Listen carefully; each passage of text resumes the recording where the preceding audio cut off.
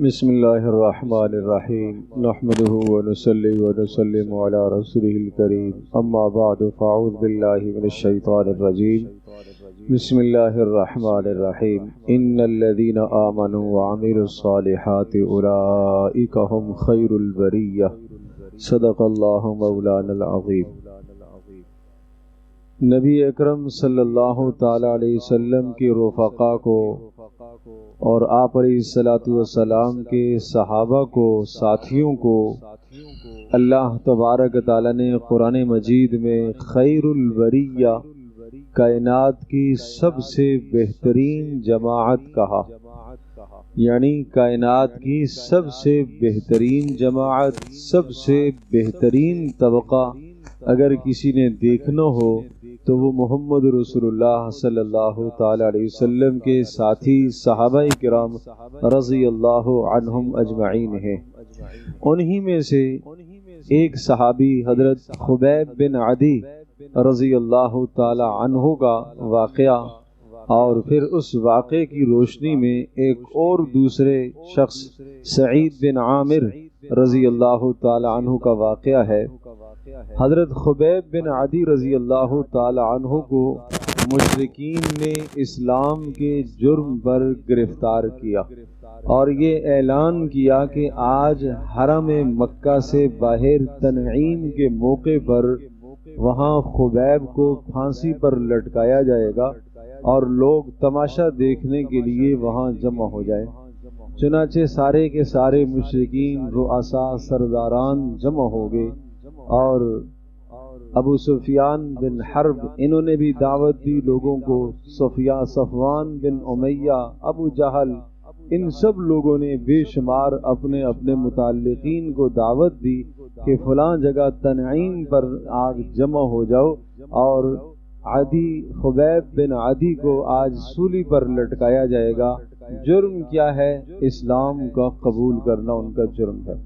چنانچہ جب ان کی پھانسی کا وقت آیا تو انہوں نے استرا منگوایا اور جسم سے زائد بال صاف کیے، اور اس کے بعد جب بالکل سولی پر چڑھانے کا وقت آیا تو مشرکین سے کہا کہ مجھے اجازت دو، میں 2 رکعت نماز نفل ادا کر لوں۔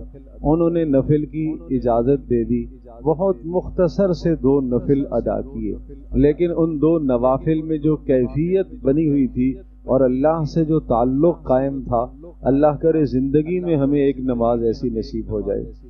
تو وہ جو نماز انہوں نے پڑھی، مختصر پڑھی، اور کہنے لگے جی تو یہ چاہ رہا تھا کہ میں نماز کو خوب لمبا کر کے پڑھتا، لیکن مجھے یہ خدشہ تھا کہ تم لوگ یہ کہو گے کہ خبیب موت سے ڈر گیا اس لیے نماز کو کھینچ رہا ہے، اس لیے میں نے نماز کو مختصر کیا۔ اس کے بعد مشرکین نے سولی پر چڑھا دیا اور ہر طرف سے تیروں کی بارش ہونے لگ گئی اور برچھوں سے ان کے جسم کو چھلنی کیا جانے لگا۔ جیسے جیسے جسم سے بوٹیاں کٹتی تو مشرکین پوچھتے، بتاؤ تم اس بات پر راضی ہو کہ اس جگہ پر اگر تمہاری جگہ تمہارے نبی محمد ہوتے اور تمہاری جان بچ جائے اور ان کو یوں لٹکا دیا جائے؟ تو حضرت خبیب رضی اللہ تعالی عنہ کی زبان سے یہ جملہ نکلا، ارشاد فرمایا، اللہ کی قسم مجھے یہ بھی گوارا نہیں ہے کہ محمد رسول اللہ صلی اللہ علیہ وسلم کے پاؤں میں ایک کانٹا بھی چبھے۔ مجھے یہ بھی پسند نہیں ہے کہ میں چین سے رہوں اور محمد رسول اللہ کو ایک کانٹا بھی چبھے، مجھے یہ پسند نہیں ہے۔ لوگوں نے کہا اسی کی وجہ سے تو تمہیں یہ تکلیف پہنچائی جا رہی ہے، اسی کی وجہ سے تو تمہیں مارا جا رہا ہے، قتل کیا جا رہا ہے، لیکن تم یہ باتیں کہتے ہو۔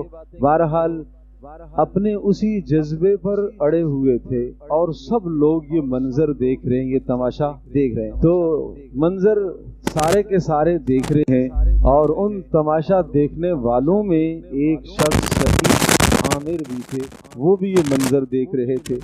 چنانچہ آخری الفاظ، جسم سے خون بہہ رہا ہے اور ہاتھ فضا میں بلند کیے اور یہ الفاظ کہے، اللہم احصہم عددا وقتلہم بددا ولا تغادر منہم احدا۔ اے اللہ ان کو چن چن کر تباہ کر، ان کو منتشر کر کے اے اللہ تو انہیں ہلاک کر، اے اللہ ان میں سے ایک کو بھی نہ چھوڑنا۔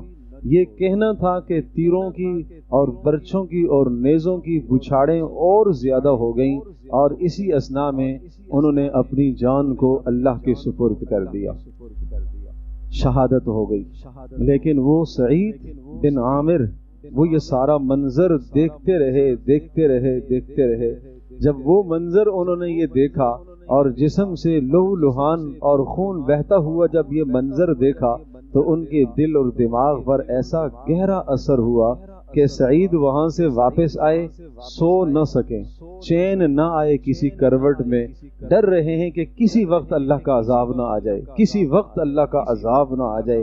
سوئیں تو وہی خیال، وہی خبیب کی سولی پر لٹکی ہوئی لاش اور ان کا جسم نظر آئے اور بہتا ہوا خون نظر آئے اور خبیب کے وہی الفاظ نظر آئے، اور خبیب نے یہ سبق سمجھا دیا کہ محمد رسول اللہ صلی اللہ تعالی علیہ وسلم کا دین برحق ہے، اس دین کی خاطر اپنی جان دینی پڑے تو دے دینی چاہیے، اور جان دے دینا لیکن دین کو نہ چھوڑنا یہ سستا سودا ہے۔ خبیب نے یہ سبق سمجھا دیا۔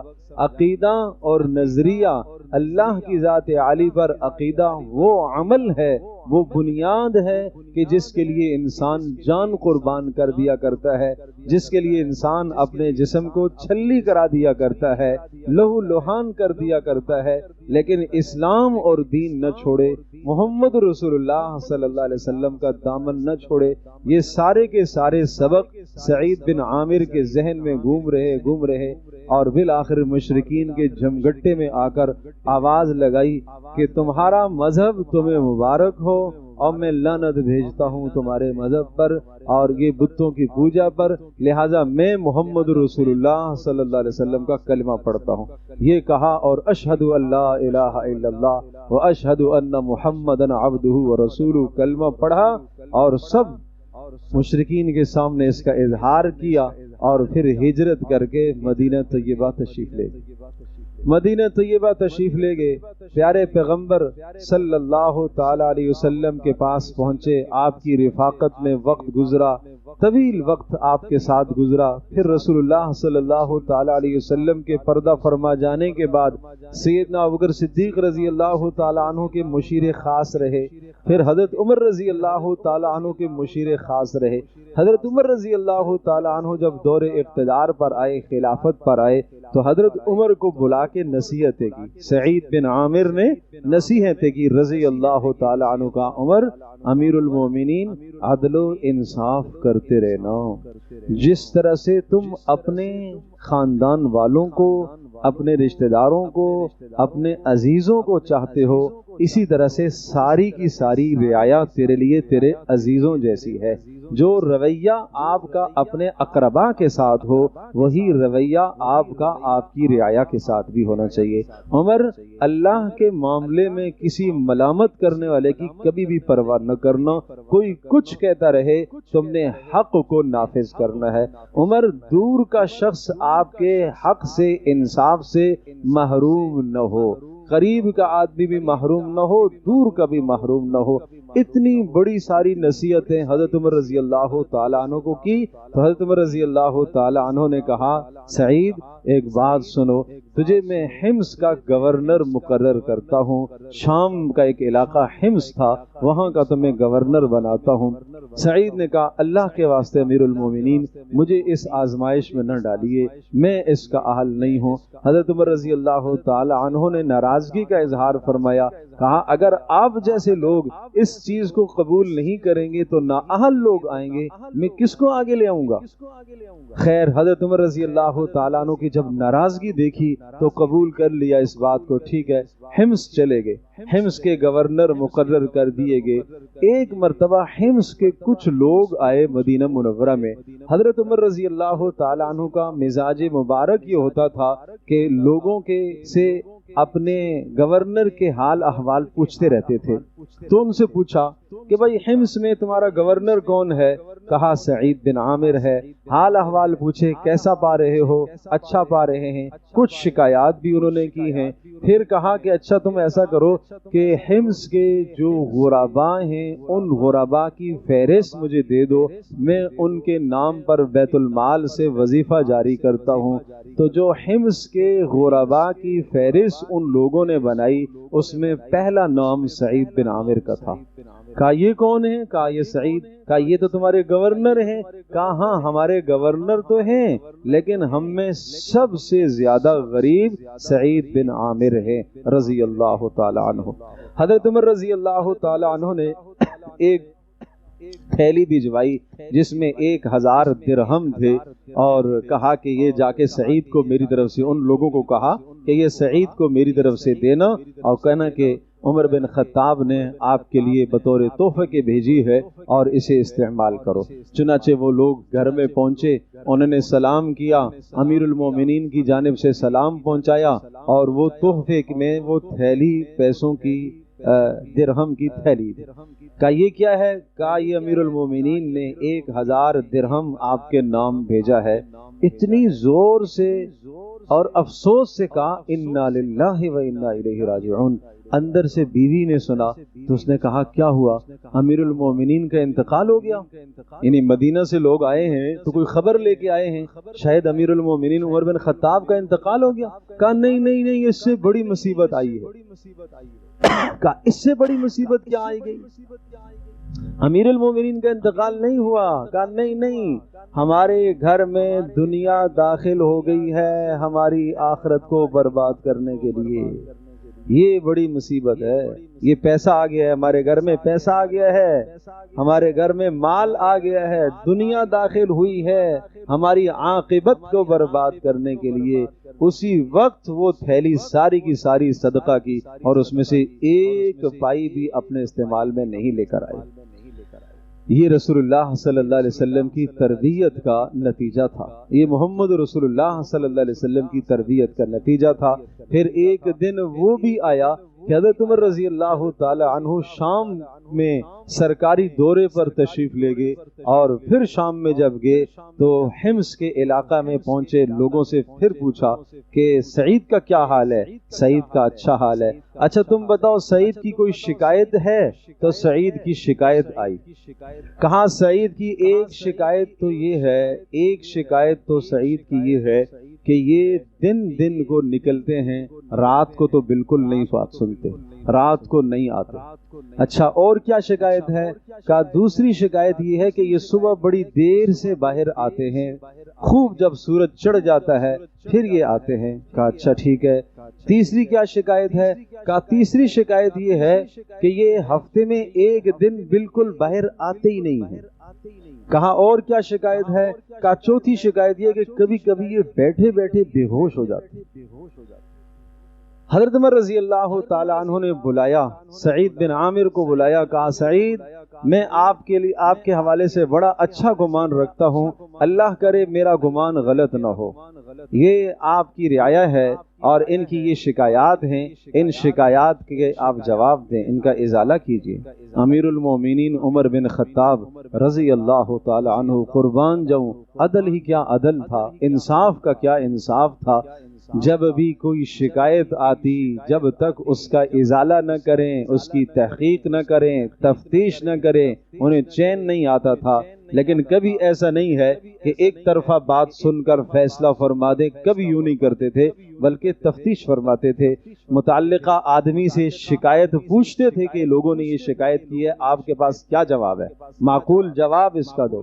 سعید بن عامر رضی اللہ تعالی عنہ کے سامنے شکایات آئیں، کہا یہ لوگ شکایت یہ لگاتے ہیں، ایک شکایت تو یہ کرتے ہیں کہ آپ صبح بہت دیر سے نکلتے ہو، اس کا کیا جواب ہے آپ کے پاس؟ کہا امیر المومنین میری بیوی معذور ہے اور میرے پاس کوئی خادم نہیں ہے، میری کوئی اولاد بھی نہیں ہے، کوئی نوکر بھی نہیں ہے، میں صبح سویرے اپنی بیوی کے کپڑے بدلتا ہوں، اسے ناشتہ کرواتا ہوں، اس کی خدمت داری کر کے جب فارغ ہوتا ہوں تو پھر میں لوگوں کی شکایات سننے کے لیے باہر آتا ہوں، یہ میرا عذر ہے۔ کہا ٹھیک ہے۔ کہا دوسری دوسری کیا شکایت ہے؟ کہا دوسری شکایت یہ لگاتے ہیں کہ آپ رات کو بات نہیں سنتے ہو، آپ دن کو ہی بات سنتے ہو، اگر رات کسی کا کوئی معاملہ پیش آئے تو پھر کہا امیر المومنین دن لوگوں کے لیے ہے، رات اللہ کے لیے ہے، رات میں اللہ کے سامنے راز و نیاز کرتا ہوں، اپنے اللہ کے سامنے کھڑے ہو کر اپنے گناہوں کی میں اللہ سے معافی مانگتا ہوں اور اگلے دن کے لیے اللہ سے مدد مانگتا ہوں کہ رعایا میرے پاس آئے گی، لوگ فیصلے لے کے آئیں گے، میں درست فیصلہ کر سکوں، میں یہ کام کرتا ہوں۔ کہا سعید ٹھیک کرتے ہو۔ اچھا تیسری شکایت کیا ہے؟ کہا تیسری شکایت یہ ہے کہ آپ ہفتے میں ایک دن نہیں آتے ہو، اس کے بارے میں آپ کیا کہو گے؟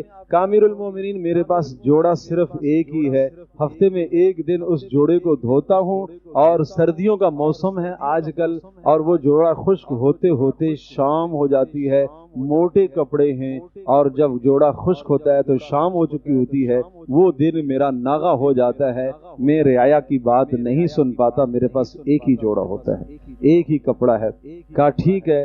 کہا اچھا چوتھی شکایت آپ کے متعلق یہ کہتے ہیں کہ بیٹھے بیٹھے بے ہوش ہو جاتے ہو، اس کے متعلق آپ کیا کہیں گے؟ کہا امیر المومنین معاملہ یہ ہے، مجھے وہ خبیب بن عدی کا منظر جب یاد آتا ہے جو میں نے مکہ میں تنعیم میں دیکھا تھا، سولی پر لٹکے ہوئے اس کو جو میں نے دیکھا تھا، جسم اس کا چھلی ہوتے ہوئے میں نے دیکھا تھا، اس کی زبان سے جو الفاظ نکلے تھے مجھے وہ الفاظ یاد آتے ہیں تو مجھے رونا آتا ہے اور بے ہوش ہو جاتا ہوں کہ یا اللہ اس وقت میں نے خبیب کی مدد کیوں نہیں کی۔ اگر قیامت کے دن مجھ سے اللہ نے پوچھ لیا کہ خبیب کو تیرے سامنے نیزوں پر چڑھا دیا گیا، سولی پر لٹکا دیا گیا، اس کا جسم چھلنی کر دیا گیا، تو نے کیوں نہیں مدد کی، تو میں اللہ کے سامنے کیا جواب دوں گا؟ بس یہ منظر جب مجھے یاد آتا ہے تو میں غشی کھا کے گر جاتا ہوں، بے ہوش ہو جاتا ہوں۔